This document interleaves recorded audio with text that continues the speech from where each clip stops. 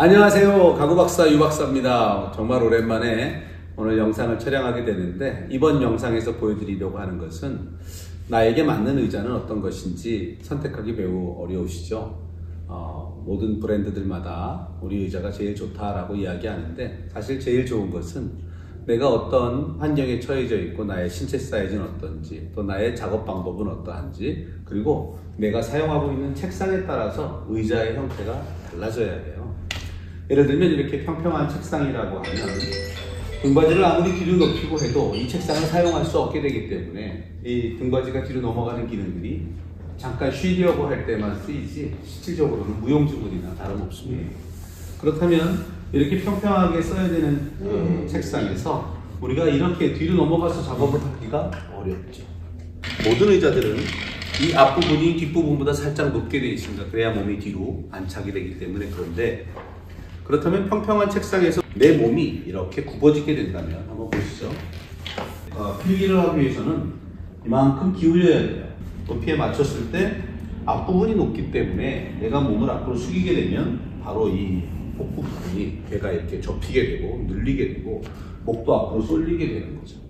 유럽에서는 어떻게 이 부분 문제를 해결하고 있냐면 바로 이 좌판의 기울기를 아래로 더 내려주는 거죠. 예를 들면 밑이 내려와서 여기 각도가 좀 벌어져야만 복부가 눌리지 않게 되고 소화도 원활하게 잘 되는 거죠. 식사하거나 직장에서 의자에 앉기만 하면 소화가 안 됐던 경험을 하시는 분들, 아마도 평평한 책상을 쓰고 있을 것이고 의자가 그 기능에 맞는 의자를 선택하셔야 되는데 그런 의자를 발견하지 못해서 그러실 수 있습니다. 그렇다면 예를 들면 어떤 의자가 필요하냐면요, 지금 제가 이렇게 의자를 좀 가져와 봤습니다. 이것은 지금 보시면 앞부분이 현저하게 기울어져 있는 거예요. 뒤가 높고 앞부분이 낮기 때문에 평평한 책상을 써야 되는 환경에 있는 사람들은 바로 이렇게 이 부분의 각도를 하부에서 낮춰줘서 이 각도를 넓혀주는 거죠. 그래야만 척추오는 무게들이 대부분 다 등받이로도 분산되고 하부의 허벅지로도 골고루 분산되면서도 이 소화기관이 억눌리는 것들을 해결할 수 있습니다. 이 등받이는 앞으로 이렇게 따라와서 내가 작업하는 것을 지지해 줍니다. 왜 좌방석이 앞으로 내려가고 등받이가 따라오나요? 라는 질문은 바로 평평한 책상을 오랫동안 할 수밖에 없는 환경에 처해진 사람들에게 적합한 환경을 장시간 제공하기 위해서 이런 의자들이 독일에서 탄생하게 됩니다. 그래서 평평한 책상에서 장시간 써야 되는 분들이라면 앞부분을 낮게 하고 무릎이 90도 각도가 아니라 바로 밑으로 처지게 해서 105도 정도를 여기서 만들어주는 거예요. 그렇다면 그런 환경에 처해진 분들은 바로 이렇게 좌판의 각도가 앞과 밑으로 내려가는 의자를 선택하시는 게 좋다라고 좀 말씀드리고요. 자, 우리가 의자를 선택할 때 주로 나는 컴퓨터를, 노트북을 많이 하는지 어떤 환경인지가 제일 중요하죠. 그래서 이렇게 팔걸이가 높게까지 올라오는지도 꼭 체크해야 돼요. 그래야 어깨가 올라가거나 내려가지 않는 데에서 내 팔꿈치를 걸치고 여기서 바로 타이핑 작업을 할 수 있게 됩니다. 장시간 책상 앞에서 집중해야 되는 업무에 노출되어 있다라고 하시는 분들은 반드시 헤드레스트가 있어야 되고요. 그 다음에 팔걸이의 각도 조절과 높이 조절과 폭에 대한 조절도 있으셔야 하고요. 그 다음에 허리도 서포트 돼야 되는데, 그러면 가장 바람직한 것은 책상의 높이와 기울기가 조절되는 것을 반드시 쓰셔야 됩니다. 그래서 실질적으로는 꼭 의자는 체험을 해보고 사셔야 되고, 업앤다운이 되는데 가장 낮췄을 때 내 발이 뜬다면 그 의자는 여성분들한테 맞지 않게 됩니다. 160 미만의 여성분들이 집에서 의자에 앉게 되면 일반적으로 발이 뜨게 됩니다. 그렇게 되면 장시간 집에서 공부해야 되거나 집에서 작업하는 것들이 많은 분들에게는 이 의자가 높게 돼요. 사실은 얘도 그레이고 얘도 그레이인데 좀 다크 그레이라고 보면 이건 좀 연한 그레이 색깔인데 화이트 톤이고요. 그 다음에 이거는 그레이 톤입니다. 그리고 이것은 팔걸이로 이렇게 간격을 조절해줘서 팔걸이로 간격을 조절하기 때문에 신체 사이즈가 넓지 않고 슬림하신 분들에게도 매우 적합한 의자로 안정적으로 사용하실 수 있게 되고, 팔걸이가 다시 또 앞으로도 움직이고 뒤로도 움직이고 좌도 움직이고 올라가고도 내려가죠. 그래서 이런 의자들은 넓게도 하지만 좁게도 사용할 수 있기 때문에 저학년인데 신체 사이즈가 크다, 예를 들어서 160을 넘어간다 라고 했을 때 사용하실 수 있는 의자다라는 부분, 그리고 헤드레스트의 기능도 같이 사용하시게 되면 헤드레스트의 높낮이 폭이 굉장히 커요. 그래서 어떤 의자들은 뒤통수에 헤드레스트가 오면 안 되거든요. 목 뒤를 받쳐줘야 되는데 이게 바로 목 뒤를 받쳐줄 수 있는 체어다. 근데 제가 이렇게 낮춰놓고 하니까 어깨 오니까 엄청 불편하거든요. 그래서 이렇게 높일 수 있어야 되고 팔을 옆으로 벌려야 되고 제 신체 사이즈에 맞춰서 팔도 올리고 이렇게 쉴 수 있다. 자, 이 의자는 제가 왜 잠깐 보자고 했냐면 여성분들을 위한 의자예요. 그리고 신체 사이즈가 크지 않은 여성들이 사용하기에 적합한 의자이고, 왜냐면 높이가 이렇게 많이 내려가기 때문에 그렇습니다. 이 의자는 지금 재보면 39cm, 40cm를 넘지 않습니다.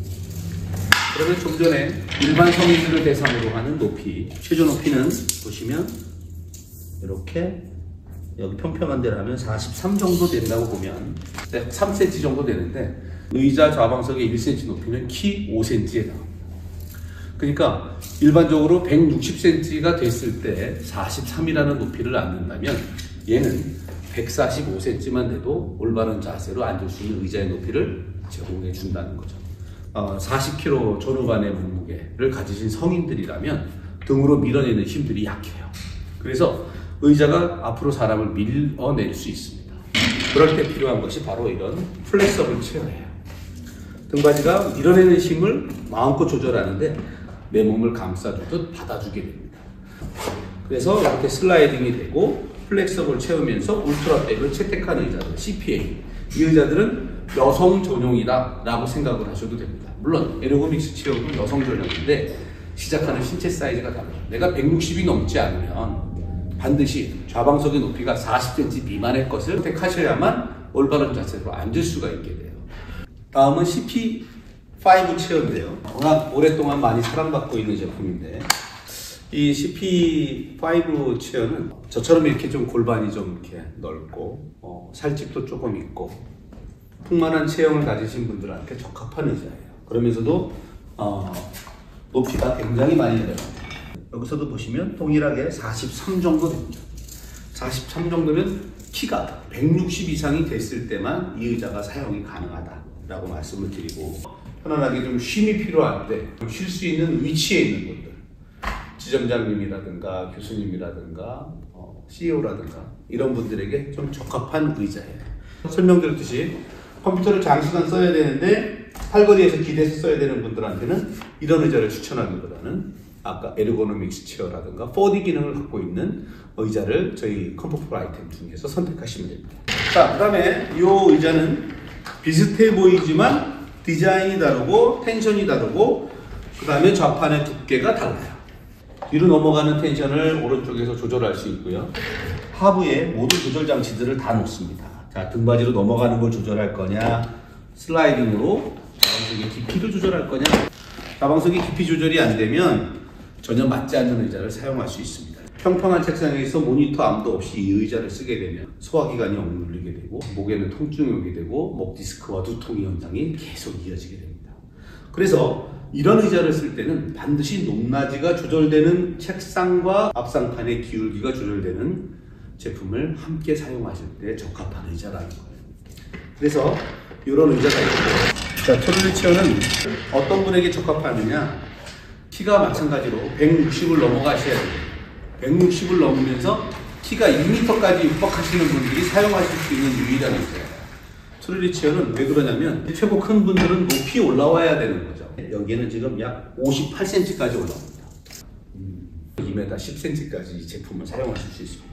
그 다음에 이렇게 하면 지금 깊이가 너무 작죠. 여기 손 하나 정도가 들어가는 것이 깊이 조절할 때는 2.54cm, 손가락 두께 정도가 편안하게 들어가는 거. 지금은 너무 많이 남는 거예요. 그러니까 조금 더 깊이를 조절해서 깊이를 빼낼 필요가 있다. 여기 보면 깊이 조절, 높이 조절, 등받이 조절부터 모든 정보가 이 안에 쭉 써 있습니다. 그래서 얘를 가지고 깊이를 조금 더 밀어내서 얘가 앉았을 때 손 하나 정도가 종아리 사이로 지나갈 수 있게끔 하는 것이 올바르게 깊이 조절을 하는 방법이에요. 그 다음에 무릎은 여기서 90도 각도로 되는 거고요. 그 다음에 등을 기대서 사실 여기가 135도 정도 기울어지면 무중력 상태가 됩니다.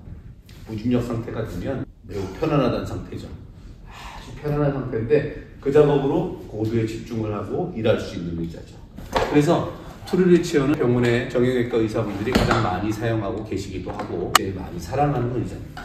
그런데 이 의자도 또한 160cm를 넘어가야지 사용한다. 자, 뒤에 지금 보시면 이 형태 자체가 삼성의 갤럭시 폰 디자인을 많이 본따 있습니다. 이건 독일에서 만들어지는 제품들인데 워낙 완벽하게 만들어집니다. 깊이 조절은 기본이고요. 높낮이 조절 다 될 거고요. 이것은 저희 회사 임원들이 쓰는 의자입니다. 그래서 480만 원에 판매하고 있고요.